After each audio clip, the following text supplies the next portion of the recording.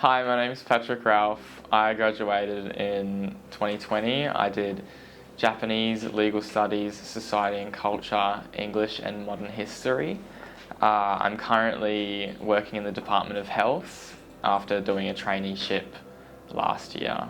I was offered full-time employment this year. So a tip for me, at least, something that worked for me getting through stage 2 was communicating as much as possible with your teachers, because they really are there to help you. They're never going to know your needs if you don't tell that to them, and chances are, if you're struggling to get an assignment finished, if you communicate with them, they're going to be more willing to give you an extension if you communicate. But if you come to them on a day, it's more difficult for them. So I guess my tip is to really engage with your teachers as much as possible. I guess something that I, like most of my peers in my grade, unfortunately did, I did a lot of procrastination, leaving my assignments to the last minute. So that wasn't really helpful for myself, really, I guess, because it got a little bit stressful at times rushing to complete an assignment when it could have been done over time, and the quality of my assignments would have been better over time. But I think it's something that everyone needs to work on. So a tip for my studying, at least, there are different types of learners, but I think I'm a kind of learner who does really well in group environments. So whether or not that's really engaging when you're in class, talking to your peers then, or going on little study get-togethers at the library or wherever you decide to go, kind of bouncing ideas off other people is what really worked for me. I wasn't the best at time management, but I guess a tip that I would have that I guess everyone could use is having a journal or a calendar just to keep on track of dates, because I knew when there are multiple assignments going on at the same time, it can be a bit confusing when you don't really know what to prioritise. And I guess just working on prioritising whichever assignments you need to get done as soon as possible or anything like that. I guess a tip for balancing schoolwork and just your personal life is, I guess, getting as much done at school as possible. So really utilising your time in class. So if you're not kind of trying to figure out what to do while you're at home, you can kind of just get that done, and you just have to do all the hard work, I guess, at school when you have that support.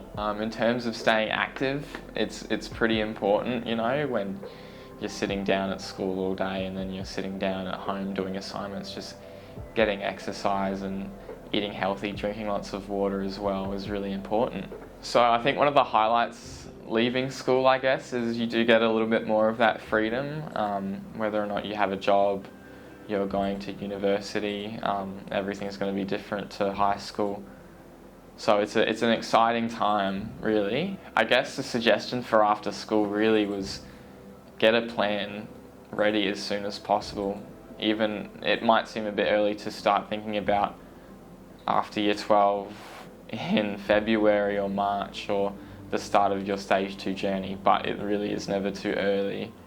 I'm lucky that I had a plan to do a traineeship after my year 12, and that really worked well for me, and it's led to more employment opportunities. But that can take any form. Getting early enrolments to uni when they come out, just looking around for jobs or training or anything that you're looking forward to in the future. I guess something that people need to prepare for, at least after school, is, I guess there is a big different environment. I guess at school you're with your friends every day, you're with people that you've known for years.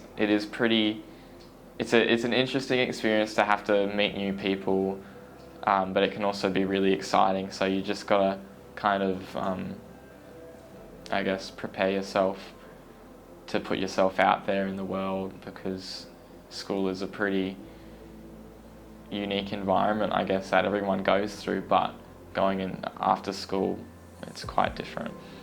I guess a message for my earlier self, as well as you starting year 12, is good luck. It's a little bit of a frightening journey at first, but it can also be a really exciting one, and there are lots of different exciting opportunities and everything like that. So you really got to take hold of your Year 12 journey.